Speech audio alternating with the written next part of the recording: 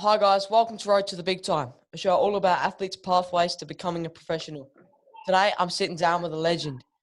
Chatting to me today, I've got Australian fast bowler who's taken 113 test wickets in 27 games.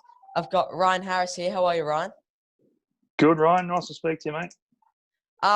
Firstly, how we like to start all our Road to the Big Time episodes, I'll just get you to give just a brief outline on your pathway through the ranks up to playing Australian cricket. Yeah, mate. No dramas. It was a long one. It all started out with an older brother. Really, my older brother, who's about 9.5 years older than me. He was involved in cricket. So obviously, when he was at cricket, I'd always tag along and basically started with the bat and ball. Then always wanting to play cricket, always wanting people to throw the ball to me or bowling to someone. So it started sort of as a kid there, and then. In a nutshell, really, it was all through playing cricket at primary school. I got recognised by the cricket coach, who was a teacher at the school at lunchtime, and he asked me to come out and try it for the team. And then I did that, and then that was in about year 3 or year 4, and then sort of went from there. Went through the primary school system, went through obviously an old scholar at Trinity College, played a little bit of cricket there as well, which was great.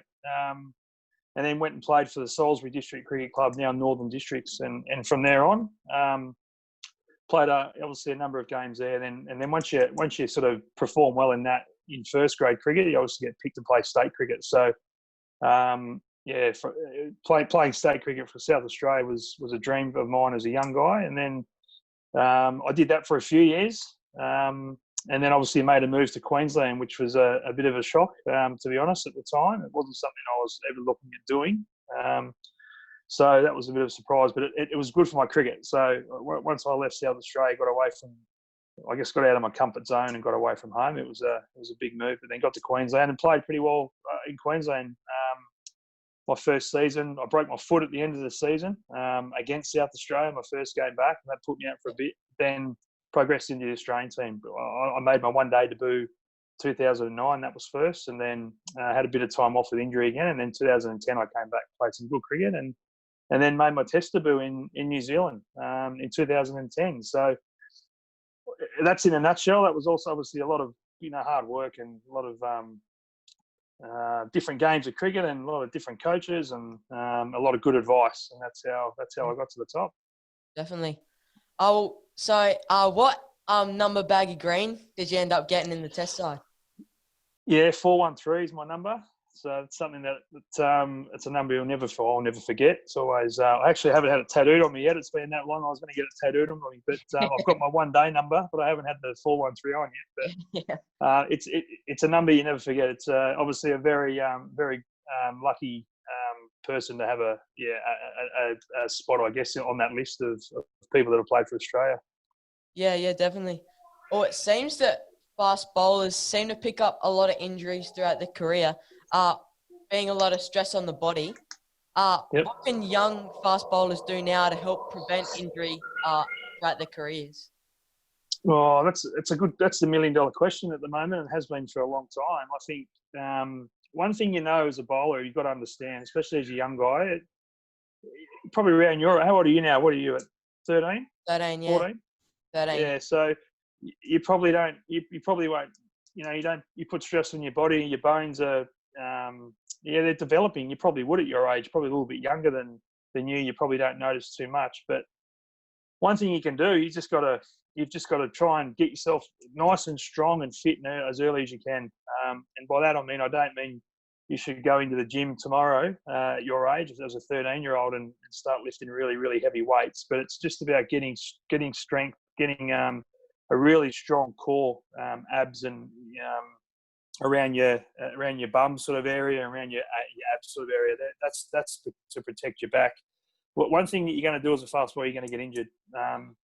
The big guys, the big boys at the test level, when they bowl, they put between, so I think it's 6 to 9 times their body weight through their legs or their front leg when they land. So if you can imagine someone who weighs, between 85 or 95 kilos, that's a lot of weight going through their legs. So, but when you get to the age of around 25, 26 is what's been sort of a number that's an age that's sort of been studied a lot, is when your bones develop. So the idea is to try not to get injured as you're young, because if you get injured, the more times you get injured, it actually affects your bones as they grow. So, look, it's a tough one. I would suggest, the advice I would give is to be a really successful bowler. It's a hard skill. You've got to bowl. There's a lot of stuff. You don't have to bowl at full pace. You can do a lot of sort of what we call drill work, or remedial work, or slow walkthroughs, and then slow sort of 3 or 4 step run up into bowl. That does do a lot of strengthening and getting you used to hitting the ground. But it also, you can learn this skill without putting the stress through your body. So it takes a lot of time. But a lot of people, there's not too many bowlers in the history of the game that have got to the top level without actually being injured. So you've got to accept that potentially you're going to get injured. I think the other part of that is, if you do get injured, you've got to make sure you work out a really good way to get back to getting fit. And that's the skill of that's the mental side of being a fast bowler. You're going to get hurt, and you've got to work out how you're going to get back from that. Yeah. Well, do you think the demand for a high fitness level in cricket has increased over the last few years? Yeah, that's probably one of the biggest changes from when I started playing professionally in 2001. That's the biggest thing that's changed. It used to be finish a game of cricket, go and have a few beers. You probably, you'd have a few days off after a game. Now the guys are that fit. I mean, they still enjoy themselves when they can. They still have a beer or a soft drink or whatever they want when they get some time. But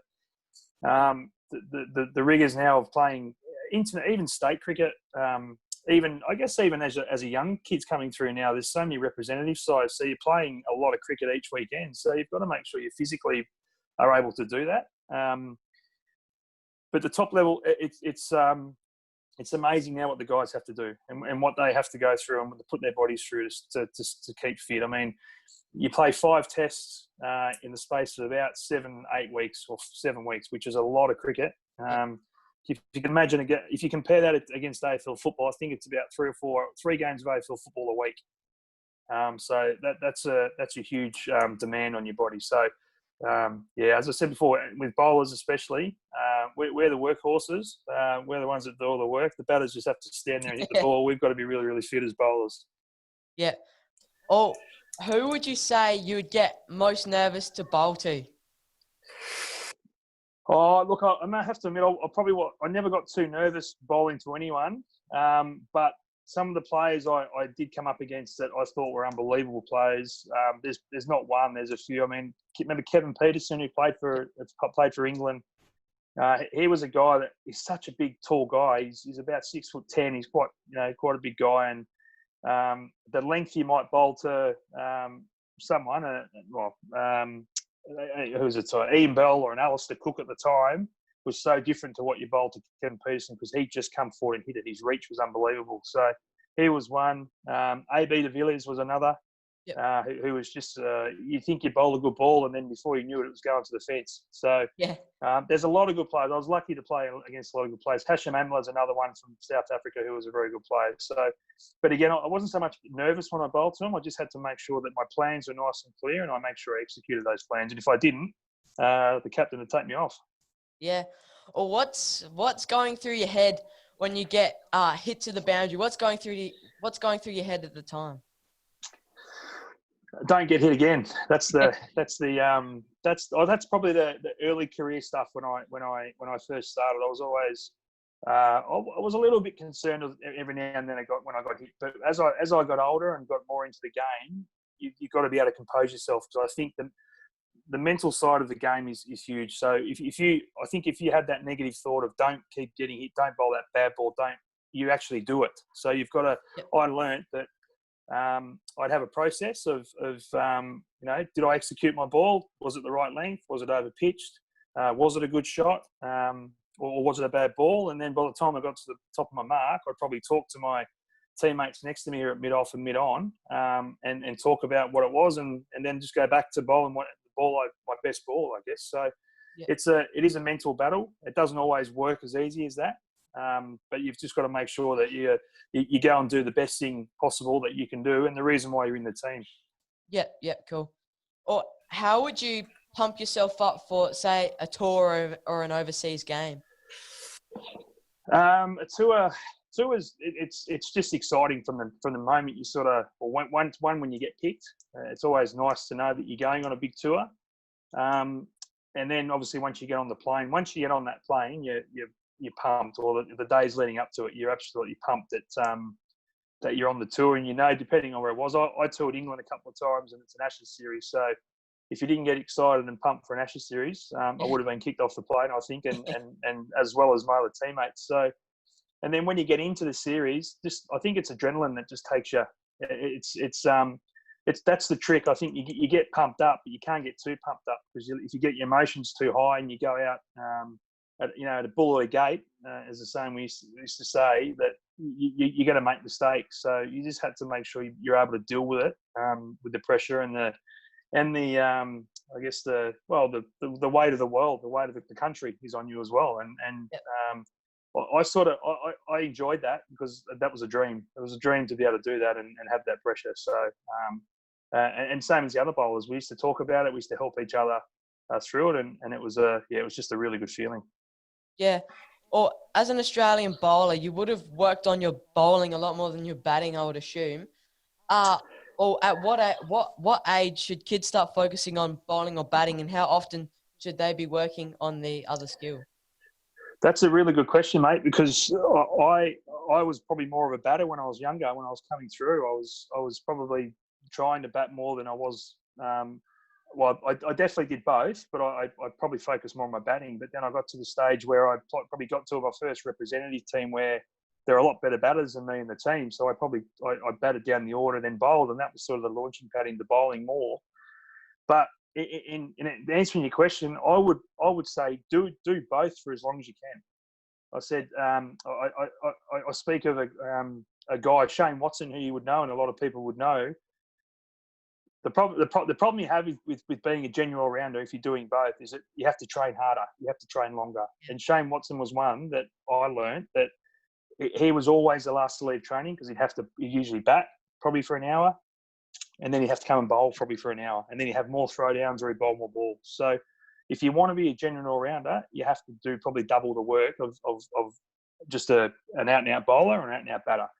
But I would say that to do both, I still batted. I love batting by the end of my career, and obviously batted down the order, but I love doing it. But you've got to put a lot of work in. I wish I had to put more work into it to be more of a Shane Watson, I guess. But if you're going to do it, keep doing it as long as you can, because if you can do all three skills, especially this day and age, there's a lot of money to be earned around the world as well if you can do all three. So, but it is the hardest to do, because you've got to train the most. Yeah. Well, when you were playing, how often would you say you worked on your batting? Yeah, so I did it a lot, and I got it to the stage where, especially when I was in state cricket and in the Australian side, I had the coach would have to kick. The coach was Darren Lehman, who was one of my very good mates, so I played a lot of cricket with, all my cricket with in South Australia. So we had a pretty good relationship. But he knew I loved my batting, and he knew I loved working on my batting.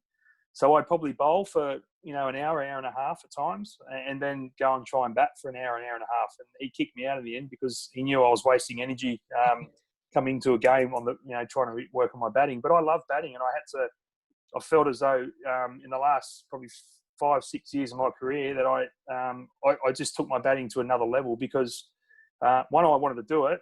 And two, we also had a thing in the team that the tail had to put on a certain amount of runs, especially if the team was in trouble.